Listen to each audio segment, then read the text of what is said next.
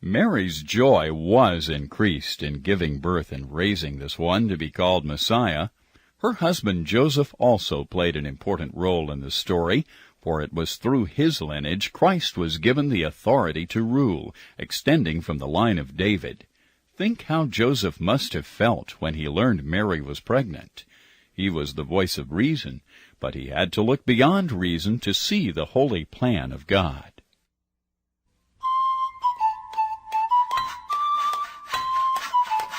I'm just a simple craftsman. My hands tell you that I work with wooden tools. You can look at them and see a history of the work I've done. It seems there's always some kind of scar or cut. I can usually look at a man's hands and read his work. Fishermen have different hands than farmers. I am a carpenter. It's honest, hard work. I come from the house and family of David, you know. My name, Joseph, comes from the patriarch, doubly blessed, who guaranteed the success of God's work in his generation. As important as all that sounds, it's no good trying to maintain any pretense.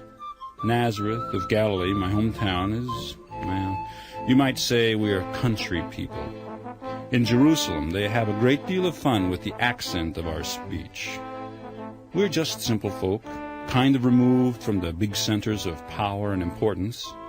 But that doesn't mean we can't live honest and honorable lives. Honest and honorable. That's a laugh. So where do I get off marrying a girl that was pregnant? Yes, she was pregnant before I married her. It was an arranged marriage by our families. Seems like I always knew from my youngest days that the first son of Jacob would marry the first daughter of Eli. But the way things happened, the first son of Jacob, that's me, I came along quite a few years before the first daughter of Eli did. I watched her grow up. My friends were all married and had children while she was still just a little girl. She never did seem like much more than a girl to me. Oh, I took some teasing from my friends about getting gray hairs before getting a wife. I can take some kidding. We were formally betrothed. The way we do things, the betrothal is a full legal ceremony. At the betrothal, we are pledged to each other for life, and we may be called husband and wife, although we remain apart until the actual wedding sometime later. A betrothal is serious and binding. It cannot be broken without an official divorcement. Now, our people like it that way. It sure is different than the way they do things in the countries around us, where they do not know God. It seems they don't even take marriage to be serious and binding.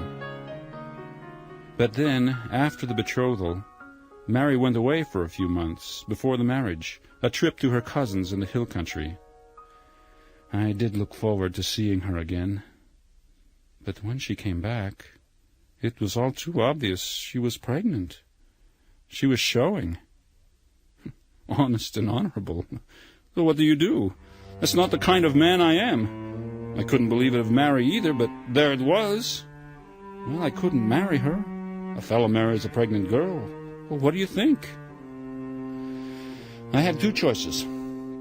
I had the right to take her to court before the elders and prove that without my involvement she was found to be pregnant. A lawsuit like that would officially clear my name. But it certainly would be hard on Mary.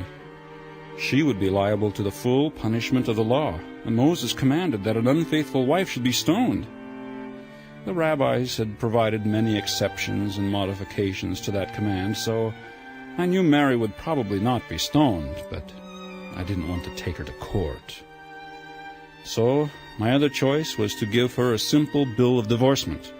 I could do this privately without getting into all the legal affairs of court. It would not clear my own name officially, but practically it would have much the same effect. Everyone would know, and it would be easier on Mary and her family. That was good. So it seemed like the more reasonable choice. I am the voice of reason. I just about had my mind made up when I had a dream. I did. God's angel told me to marry her anyway. I mean, it's bad enough when the whole city is whispering about this pregnant girl, but then for me to accept the public conclusion about the father of the baby, it didn't make sense. But the angel called me Son of David. He told me not to be afraid to take Mary as my wife. He said that the baby growing inside Mary was from the Holy Spirit. He told me that we should name this son Jesus, which means God saves, because he would save his people from their sins. I guess you might say I had some new facts to consider. As the son of David in the legal line of his throne, whenever God might choose to renew it, I had a responsibility larger than my own personal concerns. If God, by his Spirit, had put this baby into Mary's womb, then I should agree if he wanted to appoint me to be Mary's husband and the man of that household. How can you argue with the plan of God?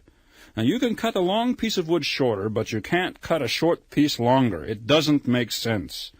God had given me a new piece of wood. I had to change my thinking. I did not cancel the wedding. I let the villagers talk. It's one of the hardest things I ever did. Well, then we went to Bethlehem for the Roman census. The son was born there. Shepherds came that night to see him. They said angels had visited them out in the field and sang praises to God for our son's birth. Imagine! The next week, we took the boy into Jerusalem to the temple. Then it seemed like a good idea just to stay there in Bethlehem.